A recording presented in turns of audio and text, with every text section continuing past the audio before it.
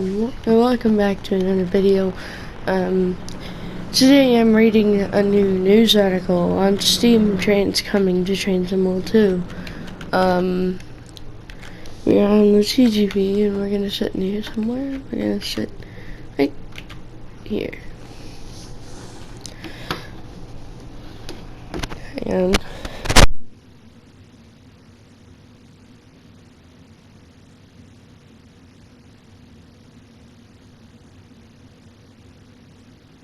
alright,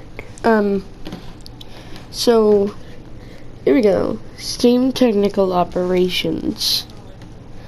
Steam is coming to Train Sim 2 and is currently in development. In our previous article about the development of Steam in Train Sim 2, we talked to Paul Jackson about what we wanted to achieve. Today we're talking to senior producer Matt Pedalston to find out some of the development approaches and challenges that come with bringing Steam to life. We're going to get technical, but it should give you some extra insight into the thought processes involved in reproducing an immersive, authentic Steam experience. What's the biggest thing we have to figure out? Simulgraph is built in multiple physics domains. Mechanic power, for example, or pneumatics?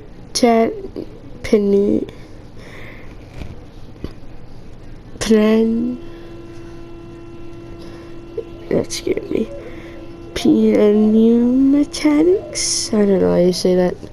Or electrical. We have new domains like water and steam pressure to add. There are new simulgraph components to create. We have to build firebox, boiler, steam chests, cylinders, and any other systems that aren't present in our modeling for diesel or electric logos. The steam domain is then the connections between those components, which makes steam work the way it should. The work going on at present is involved in creating those components and the connections between them, along with the underlying physics and maths library to support it. With this built up, we have a basic makeup of steam engine. All steam engines have the same principles. Is it literally just a simulation of the motive effort and how it's generated? In the sense of how we make the train go, yes. How we make it stop is less of an issue, as those braking systems have already been designed. We reference simulgraph quite a bit in its simplest term. What is it? I refer to it as the stop-and-go physics. There are two primary physics systems in the game, gravity and collision. Those are managed by a system called Bullet, which is used throughout the game industry. What Bullet doesn't handle is how one thing pushes or pulls another physics-controlled item. Historically, in train simulation, you will probably have built a black box model where everything is self-contained and configured independently. A diesel engine would be a black box, which leads to engines being created in a generic fashion handled by configuration variables. It's a less efficient way to work, is prone to misconfiguration, and doesn't account for the nuisances of different engines. Simulgraph enables the creation of individual systems down to a component level that can then be recombined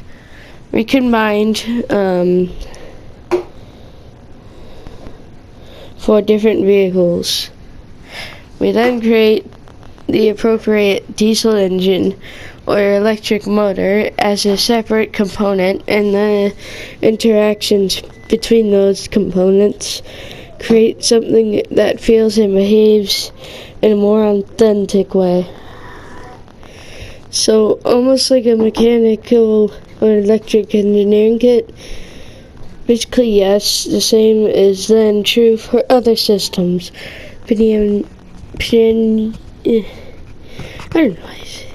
Pneumatic brakes, for example. All these link together into one big system. We power the axles just as they are in reality. So Class 31 has an A1A/A1A setup where alternating axles are powered, and that's exactly what we do. How we get as close to replicating how the real things work as possible. Can't really show you the images because the article isn't up for console for some reason.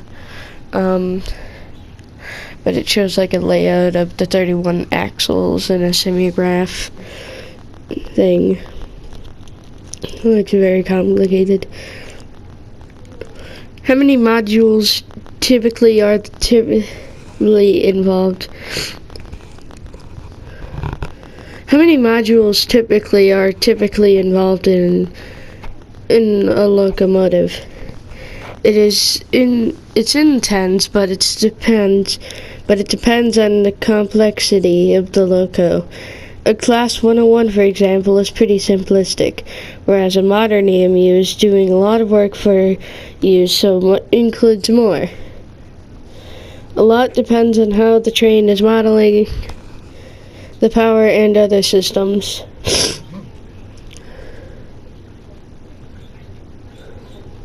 Class 43 HSD had an issue with the application of power after going through the preserved collection process. What happened there? This was actually related to the way that the train heating is modeled. The heating system was drawing more power than it should have done, which affected the power available for the motors. Much as in the real world, we need to rewire the system to ensure the power distribution was correct. This is often much less like software development, far closer to real-world engineering. It's fascinating to troubleshoot. Non-software developers have taken the system like a duck to water as these systems behave in a believably way. There's another one, but there's another image with the caption of early steam power flow for semigraph design. And it shows another one of those images like the Class 31. Megasim always links the news article in his description, but I don't know if he's gonna read this one, so. But anyways, let's get back into it. So the task of modeling steam operation within semigraph is ongoing. What other considerations are there? The next challenge are the particle effects associated with steam. We have a small count of exhaust smoke come from diesels, but of course steam engines need many more and variety of effects, every one of which have a performance impact. So maintaining performance while creating a convincing display of steam engine is a major project. On Obviously, we're not just considering one such particle emitter. Each locomotive will have several in operation at any given moment. And there we want it to be able to run as many as is realistic on multiple trains, each of which are tied into the cause and effect of steam power. The existing smoke effects we have as simple as effect on, effect off. Now it's dynamic. The amount of exhaust smoke you're seeing is tied to the amount of load the engine is under.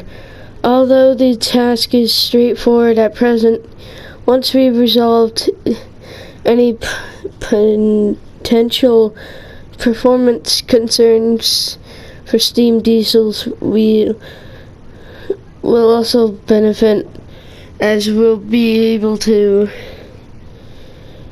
employ the same processes to represent clag effects, for example. That gives us a good idea of the engineering challenges presented. What else is being considered?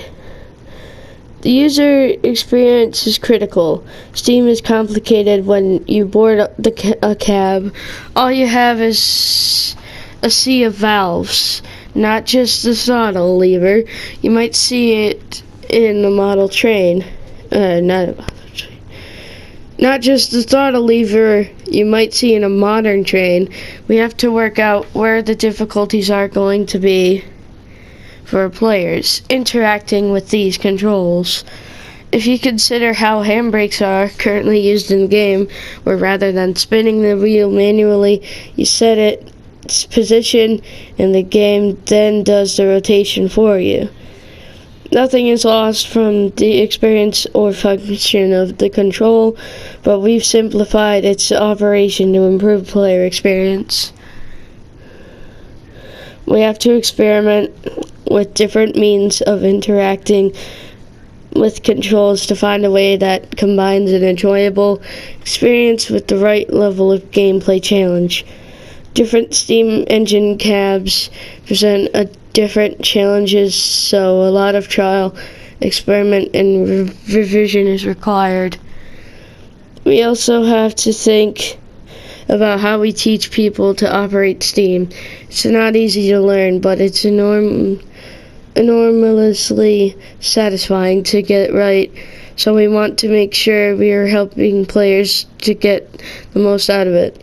It's likely to be the most engaging and fun experience we have, so we want to make sure that as many people as possible can get that fun. We're gonna exit the train here at Aix-en-Provence.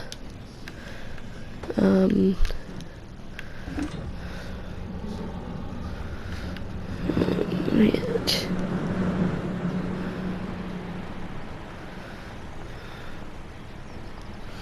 We'll then watch the train leave the station. Let's get back to it. Let's say there are a dozen different valves in a steam cab. Are we looking to model the cause and effect of every one? We're evaluating this from a gameplay balance experience. We'll take the same view we do with other trains. Where's the reward for the player? We'll model as many as feels right to create an experience that delivers. The driver's controls aren't massively different to those in a more modern locomotive, but the fireman has far more going on. Where you place the coal in the firebox has a direct impact on the performance of the boiler. We don't know yet what the right level of... Okay, let's watch it leave before I start it again.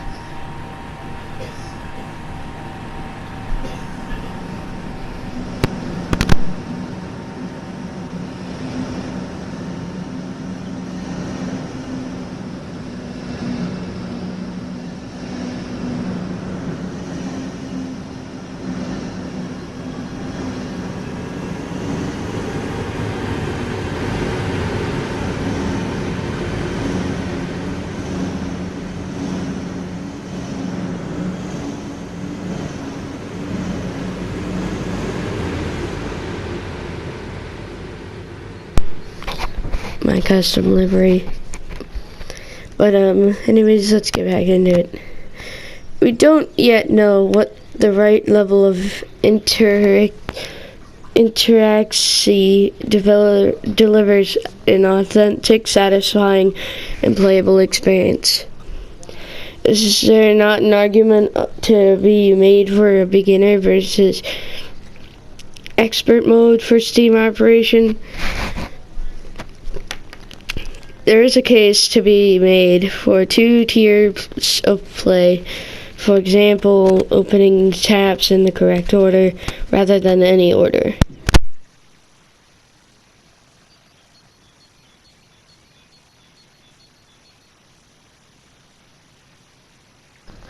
Sorry for that. I had something going on. But anyways, back to it. There's a case to be made for 2 tiers of play. For example, opening the tabs in the correct order rather than any order.